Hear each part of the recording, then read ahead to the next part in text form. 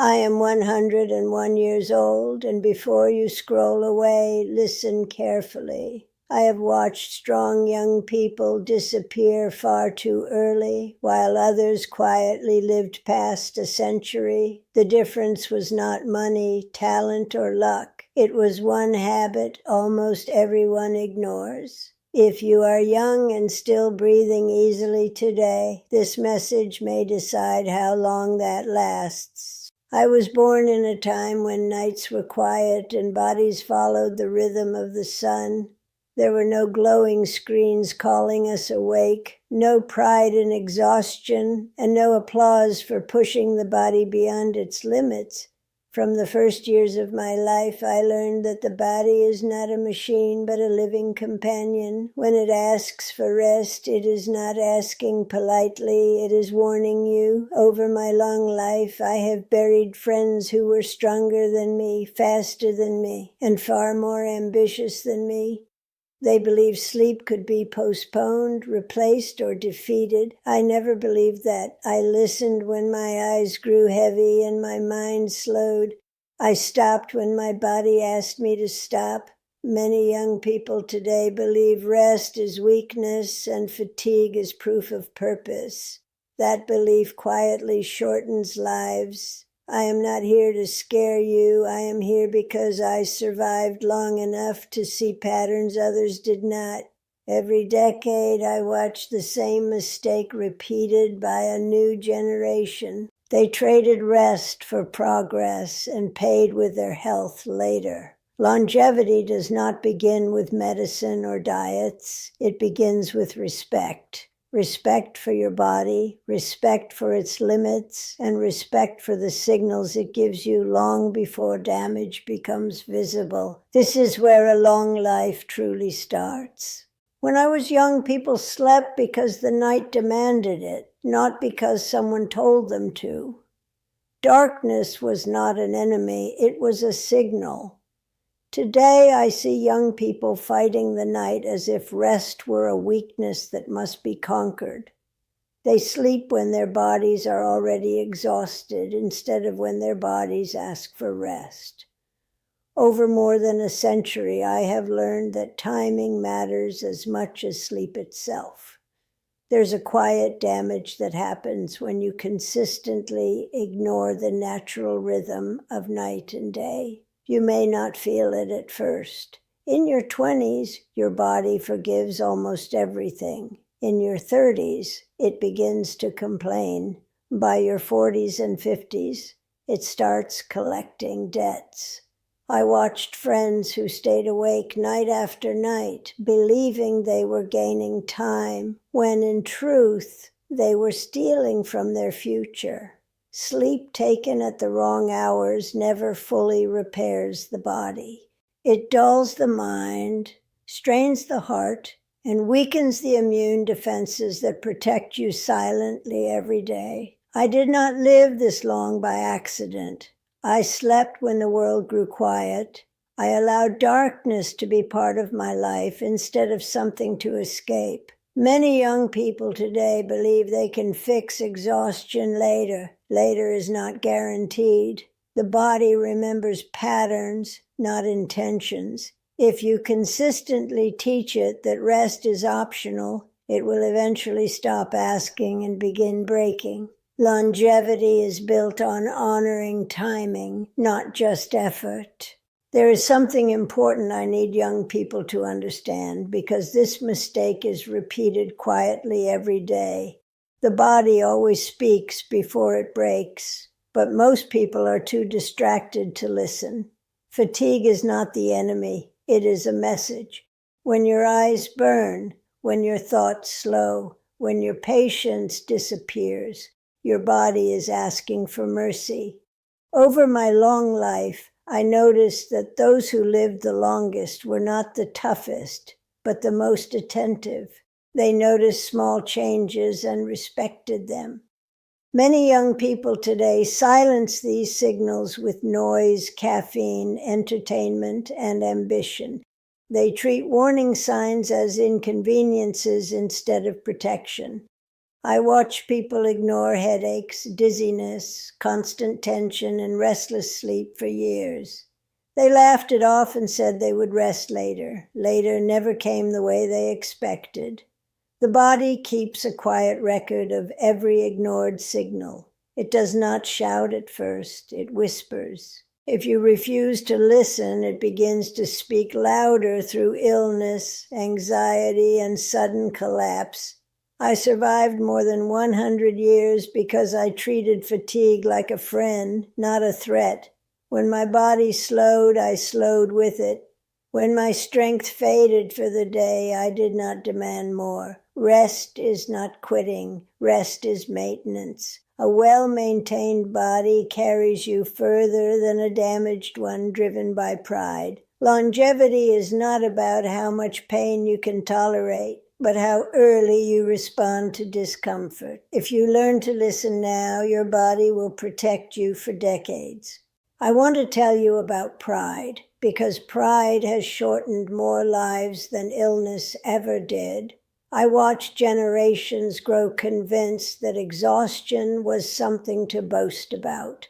People compared how little they slept as if it were a medal. They believed pushing harder meant living stronger. Over time, I saw the opposite happen. Pride convinced them to ignore rest even when their bodies begged for it. Pride told them that stopping meant falling behind. I lived long enough to see how that belief ends. The strongest workers, the loudest dreamers, the most relentless achievers often burned out first. Their bodies aged faster than their years. Their joy disappeared before their strength did. I never tried to impress anyone with how tired I was. When night came, I rested. When my body felt weak, I respected it. Pride whispers that you are special and can break rules that others must follow. The body does not care about that story. It follows the same laws for everyone. Sleep deprivation slowly hardens the heart, disrupts balance, and weakens memory long before anyone notices. By the time people realize something is wrong, damage has already taken root. I lived past 100 because I chose humility over pride. I accepted that my body had limits and I did not argue with them. A long life belongs to those who know when to stop, not those who refuse to. If you want longevity, stop trying to prove how much pain you can endure and start proving how well you can protect yourself. I have seen how people convince themselves that small harm does not matter, and this belief quietly shortens lives. One late night feels harmless, then another, until the pattern becomes normal. The danger is not the single night of lost sleep. It is the repetition that slowly reshapes the body. Over my lifetime, I watched this happen again and again. People told themselves they would recover on the weekend, that they could sleep more later, that their youth would protect them. Youth does not erase damage. It only delays the consequences. The body keeps count even when you do not. Each night you ignore rest, your nervous system becomes more alert, your heart works harder, and your ability to recover weakens. I watched friends develop constant tension, irritability, and illness without understanding why. They blamed stress, work, or age, never their habits. I lived past 100 because I did not treat my body like something disposable. I understood that consistency shapes health more than effort. Just as repeated nourishment builds strength, repeated neglect builds weakness. There is nothing dramatic about this process, which is why it is so dangerous. It happens quietly, invisibly, until one day the body refuses to continue. Longevity is not lost in one mistake. It is lost in patterns that feel ordinary. If you want a long life, protect your nights as carefully as you protect your goals. The body repairs itself while you sleep, but only if you give it the chance again and again without interruption. I did not live this long by chasing comfort, but I also did not survive by abusing my body. There is a balance many young people never learn. They believe rest means weakness and discipline means suffering. Over my century of life, I learned that true discipline includes knowing when to stop. Each evening, I prepared my body for rest as carefully as others prepared for work. I slowed my movements, quieted my thoughts, and allowed the day to end without regret. Many people today carry the noise of the day straight into the night. They replay arguments, worry about tomorrow, and keep their minds racing long after their bodies are exhausted. That habit steals rest even when sleep finally comes. I watch people lie in bed for hours, eyes closed but minds restless, waking up more tired than before. Sleep is not only about closing your eyes, it is about releasing control. Longevity comes from allowing the body to reset fully, not partially. I survived wars, shortages, and grief, but what protected me most was consistency. Night after night, year after year, I honored the same rhythm. I did not negotiate with fatigue or postpone recovery. When the body is allowed to rest deeply and regularly, it strengthens quietly over time. If you want to live long, you must respect not just sleep itself, but the transition into it. A calm night builds a stronger tomorrow, and strong tomorrows add up to a long life. I want you to understand something that took many people my age too long to learn. The body forgives mistakes, but it never forgets habits. Over my long life, I watched people recover from illness, accidents, and hardship, yet slowly decline because of routines they refused to change. They believed that because nothing terrible happened right away, nothing ever would. Sleep neglect works like that. It does not punish you loudly or immediately. It waits. It settles into your bones, your nerves, your mood, and your memory. I saw people become impatient, anxious, and disconnected without knowing why. Their joy faded before their strength did. They blamed the world, their work, or their age, never realizing their nights were stealing their days. I lived past 100 because I treated each night as a repair session, not a pause. I understood that what you do repeatedly becomes who you are physically.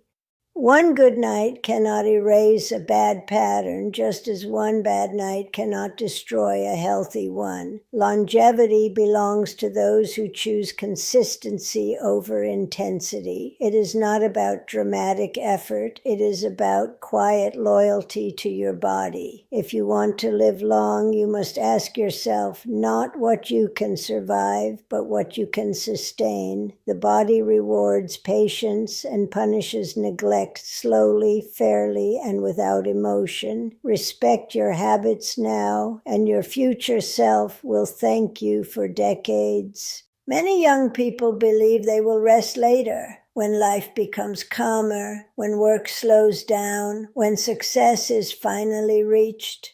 I believed that once too, until life taught me a quiet truth. Life does not slow down on its own.